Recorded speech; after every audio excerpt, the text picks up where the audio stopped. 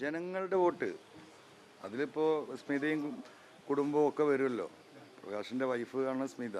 സ്മിതയും കുട്ടികളൊക്കെ ഒക്കെ അതിൽ വരില്ലേ? ഒക്കെ ഇവിടുത്തെ മനുഷ്യരല്ലേ. ഇപ്പോൾ കൺവെൻഷനിൽ ഷൗക്കത്ത് പറയുമായിരുന്നു, എനിക്ക് വിദേശത്ത് കച്ചവടമൊന്നുമില്ല, ഞാൻ വിദേശത്ത് പോയില്ല, ഇവിടെ കാണുന്നൊക്കെ ഒരു ലക്ഷ്യം വെച്ചുള്ള സംസാരം പോലെ തോന്നിയത് കേട്ടോ. അല്ല, അദ്ദേഹത്തിന് വിദേശത്ത് പോകേണ്ട ആവശ്യമില്ലല്ലോ.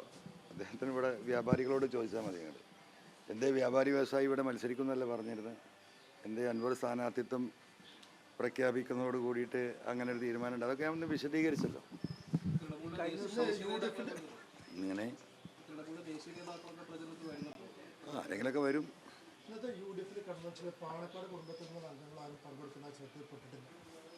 അല്ല, പാണക്കാട് തങ്ങന്മാർ ഇന്ന് UDFൻ്റെ ഔദ്യോഗിക കേസി വന്ന കൺവെൻഷനല്ലേ പറയുന്നത്.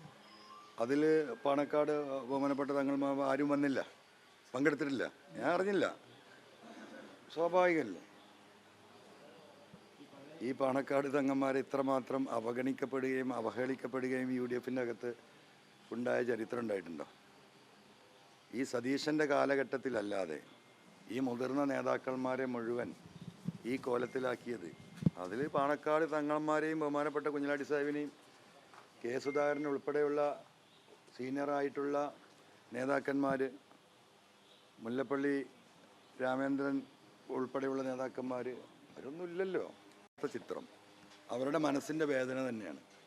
അവർ അപമാനിക്കപ്പെട്ടു, അവഹേളിക്കപ്പെട്ടു എന്ന കൃത്യമായ തോന്നലിൻ്റെ അടിസ്ഥാനത്തിലാണ് ഇന്ന് അവരാരും വന്നില്ല. എനിക്കറിയില്ല വന്നില്ലെന്ന്. വന്നില്ലെങ്കിൽ അതാണ് ഇതിൻ്റെ വസ്തുത. ജയിക്കും. ജയിക്കാൻ എത്ര വോട്ട് പിടി? ത്രികോണല്ലേ? ഒരു 65,000 വോട്ട് മിനിമം ഞങ്ങൾ പ്ലാൻ ചെയ്യുന്നുണ്ട്. അതിൽ വലിയൊരു ശതമാനം ഇപ്പോൾ ഞങ്ങൾക്ക് നോക്കിയാൽ കാണുന്നുണ്ട്. ഇനി 10-17 ദിവസമല്ലേ. ഒരു 12-ാം തീയതി ഒക്കെ കഴിയുമ്പോഴേക്കും നിങ്ങൾക്ക് മനസ്സിലാകും. ഇവിടെ പുറത്ത് തുളുമ്പില്ല. ഞാൻ പറഞ്ഞതുപോലെ ഒക്കെ പാവപ്പെട്ടവരെ രംഗത്ത് വരാൻ കഴിയില്ല. ഇപ്പം നിങ്ങൾ ഈ ടൗണിലൂടെ നടന്നിട്ട് ഇവരൊക്കെ ഓരോ അങ്ങാടിയിലും എന്താ പറയുക ആളുകളെ സെറ്റാക്കി ഇരുത്തി അവിടെയാണ് നിങ്ങൾ പോകുമ്പോൾ സാധാരണ ചോദിക്കുന്നത്. ആ ഉത്തരവും ഇതിൻ്റെ യഥാർത്ഥ ഉത്തരവും എന്താണെന്നുള്ളത് കുറച്ച് കഴിയുമ്പോൾ നിങ്ങൾക്ക് തന്നെ വസ്തുതാപരമായിട്ട് മനസ്സിലാവും. എങ്ങനെ? ആ അല്ല, ഞാൻ VV പ്രകാശിനോട് എൻ്റെ കൂടെ സ്നേഹമുള്ളവർ എൻ്റെ കൂടെ നിൽക്കില്ല എന്നൊന്നും പറയുന്നില്ല. ഇവിടെ നന്മയുള്ള എല്ലാ മനുഷ്യരും ഇപ്പോൾ ഈ തെരഞ്ഞെടുപ്പ് ഞാൻ സ്ഥാനാർത്ഥിയാക്കേണ്ടി വന്ന സാഹചര്യം നിങ്ങൾക്കൊക്കെ അറിയാം, ഈ നാട്ടിലെ ജനങ്ങൾക്കും അറിയാം.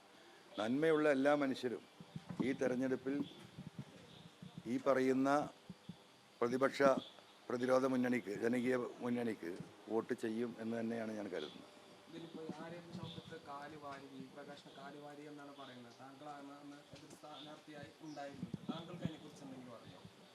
അല്ല, അതൊന്നും ഞാനിപ്പോൾ പറഞ്ഞത് ശരിയല്ലല്ലോ. അല്ല, അതൊന്നും ഞാൻ പറയണ്ട. അതൊക്കെ എല്ലാവർക്കും അറിയുന്ന കാര്യമല്ലേ. Why should I say?